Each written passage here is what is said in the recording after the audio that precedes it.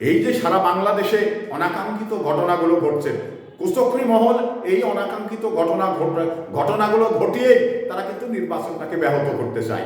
এদেশের গণমানুষের গণঅভ্যুত্থানের পরে একটাই চাওয়া, সেটা হলো জাতীয় নির্বাচন। জাতীয় নির্বাচনের মধ্য দিয়ে আপনার কিন্তু জনগণের চাপ আর প্রতিফলন ঘটানো।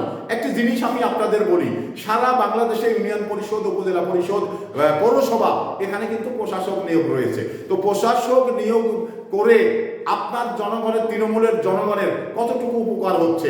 আমি মনে করি উপকার হচ্ছে না। কারণ এই প্রশাসক আপনাকে চিনে না, এই প্রশাসক আর একজনকে চিনে না, ওর কাছে গেলে সেটা ভোগান্তির শিকার হতে হচ্ছে। তো এই সমস্যাগুলো নির্বাচন না হয় আমাদের ফেস করতে হচ্ছে। তো এই ক্ষেত্রেই তৃণমূলকে শক্তিশালী করতে হলে আপনাকে ইউনিয়ন পরিষদের নির্বাচনের কোনো বিকল্প নেই।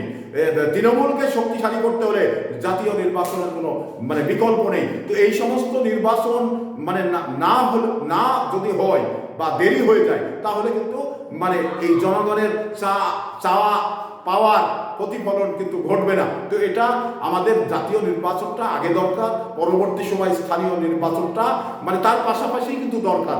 স্থানীয় নির্বাচন ছাড়া স্থানীয় সরকার নির্বাচনগুলো যদি উন্নয়ন ঘটানো যায়, তাহলে কিন্তু বাংলাদেশের উন্নয়ন ঘটবে। আপনি জানেন যে বাংলাদেশের 68,000 গ্রাম যদি ভালো থাকে, বাংলাদেশ ভালো থাকবে।